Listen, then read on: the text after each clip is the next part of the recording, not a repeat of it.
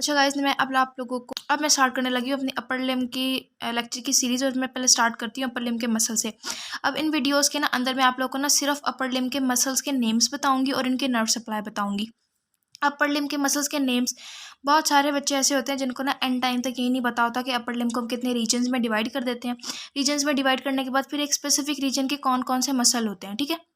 इस रीजन में इस वाले पोर्शन में ना अपर लिम्ब के इस सीरीज़ में हम लोग अब बस ये करेंगे कि एक रीजन में कितने मसल, फॉर एग्जांपल एक आर्म में कितने मसल आते हैं, फिर हम आर्म को कितने पोर्शन में डिवाइड करते हैं कि इंटीरियर कंपार्टमेंट है या पोस्टीरियर कंपार्टमेंट है, वट ठीक है। हम इसको डिटेल में देखेंगे।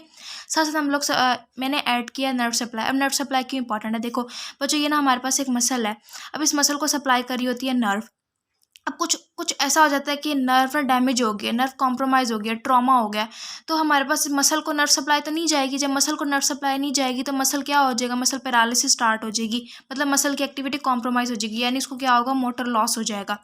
अब प्रॉफ में कैसे ऐसी क्यों आता है, ये एमसीक्यूज़ या सिनेरियो कैसे पिक करते हैं, वो क्या करते हैं, आपको दे देते हैं कि ना इस सिनेरियो में कि एक पेशेंट है या कोई कोई बंदा है, वो क्या करता है, एक ना स्क्रू को ना टाइट करता है। अब वो पूछते हैं कि जब एक चीज़ हम लोग स्क्रू को टाइट कर रहे हैं तो उसमें कौन कौन सी मूवमेंट इन्वॉल्व होती है और ना कौन कौन से मसल्स आते हैं, कौन कौन सी मूवमेंट होती है, कौन से मसल्स आते हैं, उसकी ऑरिजिन इंसर्शन क्या होती है, फिर उनकी नर्व सप्लाई ना हमारे पास क्या होती है।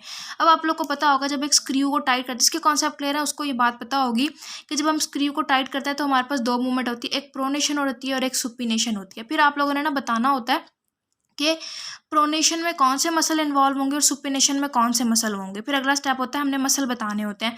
मसल बताने के बाद हमने उसकी ऑरिजिन बतानी होती है और उसकी इंसर्शन बतानी होती है। और वो पूछते हैं फिर उन्हीं मसल्स की ना आपने नर्व सप्लाई लिखनी है। इस वजह से मैंने मसल और नर्व का कॉम्बो उठाया है।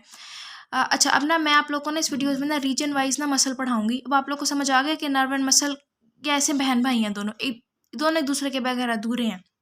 तो हम लोग इसलिए अपने पहले इसके कॉन्सेप्ट क्लियर करेंगे। ये हमारे एक बेस है, अगर हमारी बेस स्ट्रांग होगी तो हमारा अपर लिम्ब स्ट्रांग होगा। तो हम लोग अपना स्टार्ट करते हैं। जो पहला रीजन अब मैं आप लोग को पढ़ाने लगी हूँ ना, वो हमारे पास पेक्टोरल रीजन। अब पेक्टोरल रीजन कौन सा रीजन होता है, ये जो हमारे पास जो हमारा चेस्ट वाला रीजन होता है, इसको हम लोग पेक्टोरल रीजन बोलते हैं। अब इसके अंदर ना हमारे पास सिर्फ 4 मसल आते हैं। पहले आप लोगों ने क्या करना है, सिर्फ मसल के नेम याद करना है। सारी दुनिया जान की ना कहानियाँ छोड़ दो, कन्फ्यूज़ हुए कन्फ्यूजन छोड़ दो। 4 मसल होते हैं, आपके सामने लिखे हैं, एक pectoralis minor, pectoralis major, subclavius और सिरेटस इंटीरियर। नाम याद करने में तो कोई मुश्किल नहीं है ना। अब इसका निमोनिक होता है PPSS, मतलब दो P और 2 S। अब 2 P से क्या बनता है, pectoralis minor, pectoralis major, subclavius और सिरेटस इंटीरियर, ठीक है। अब नेक्स्ट हमारा स्टेप, अब आप लोगों ने क्या करना है, रात को सोने से पहले ना अपने 2 मिनट निकालने हैं। आज के लिए डेली का एक रीजन के आप मसल याद करोगे, रात को सोने से पहले 2 मिनट निकालने हैं, निमोनिक याद करना है, PPSS और इसे फ़ौरन मसल के नेम याद कर लेना है। अब हम इसमें एडिशन कर लेते हैं, मसल नर्व कौन कौन सी सप्लाई करती है। तो जो होती है हमारे पास पेक्टोरालिस माइनर को सप्लाई करती है मीडियल पेक्टोरल नर्व, ठीक है। माइनर छोटी, यानी माइनर से, अब मैं आपको आसान समझाती हूँ, जो माइनर का मतलब होता है छोटी, यानी इसको सिर्फ एक नर्व सप्लाई करेगी, मीडियल पेक्टोरल नर्व। फिर नेक्स्ट हमारे पास मसल है पेक्टोरालिस मेजर। अब पेक्टोरालिस मेजर को ना हमारे पास 2 नर्व सप्लाई करती है, medial and lateral pectoral nerve, यानी दोनों सप्लाई करती है। अब मेजर का मतलब होता है बड़ा, बड़ा यानी 2 nerve, medial and lateral pectoral nerve. Minor का मतलब छोटा, यानी एक ही nerve supply, that is medial pectoral nerve. फिर नेक्स्ट हमारे पास जो मसल आता है वो होता है सबक्लेवियस। अब नाम ही बता रहा है, इसका ना नाम में ही काम है, मतलब नर्व टू सबक्लेवियस। ये तो रटा लगाने की जरूरत है ही नहीं कि नाम में आ जाता है सबक्लेवियस और नर्व टू सबक्लेवियस। फिर चौथा मसल है हमारे पास सिरेटस इंटीरियर। सिरेटस इंटीरियर को जो हमारे पास नर्व सप्लाई करती है वो होती है लॉन्ग थोरेसिक नर्व।